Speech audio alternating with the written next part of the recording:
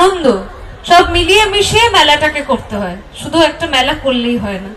তাই আমি এখানে এসে ভীষণ খুশি যে সবাই আপনারা এত সুন্দর করে ডিসিপ্লিনের সাথে আনন্দ করতে করতে, দুটোই করতে হবে, যেরকম ডিসিপ্লিন রাখতে হবে সেরকম আনন্দ করতে হবে, সবকিছুর মাঝে মেলাটাকে এনজয় করছেন। তার জন্য ডেফিনেটলি মেলা কমিটির সদস্যরা দায়ী, ওরা এত সুন্দর করে সবকিছু অ্যারেঞ্জ করেছেন এবং এত সুন্দর ফাংশন হচ্ছে। আমি পোস্টারে দেখছিলাম আরো অনেক আর্টিস্টরা এখানে আসছে এবং আসবে আগামী দিনে, সবার জন্য উপস্থিত থাকবেন যেরকম আমার জন্য আজকে ছিলেন এত রাত অব্দি।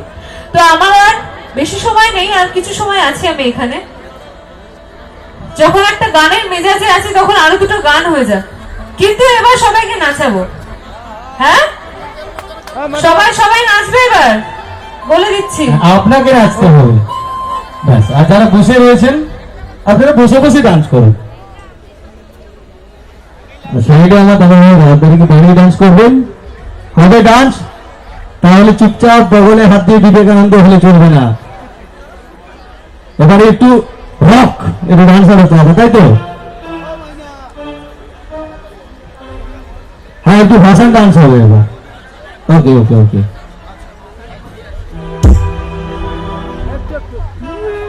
হ্যাঁ বলুন, আপনি সামনে আসুন।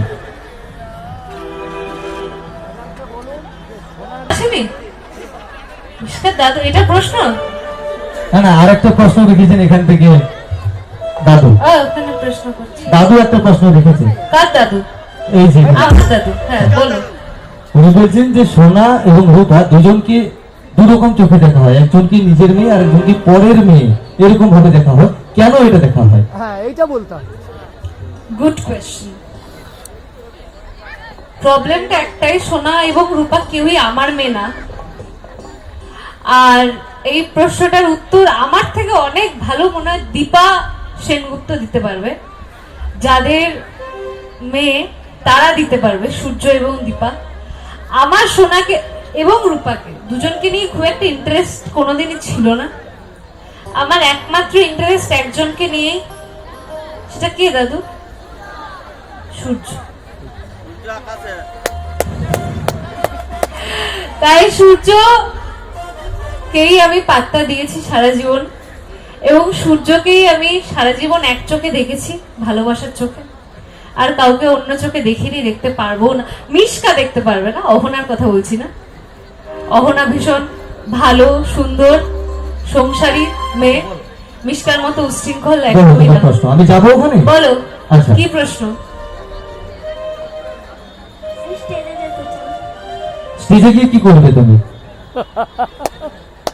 দিদি ভাইয়ের সঙ্গে হাত মিলাতে কোনো প্রশ্ন নেই। স্টেজে যেতে হবে না, আমি আসছি। বাহ, থ্যাংক ইউ সো অভিজ্ঞতা দাস অধিকারী। আর কিন্তু বন্ধুদের ডাকবে না, ঠিক আছে? বসে পড়ো।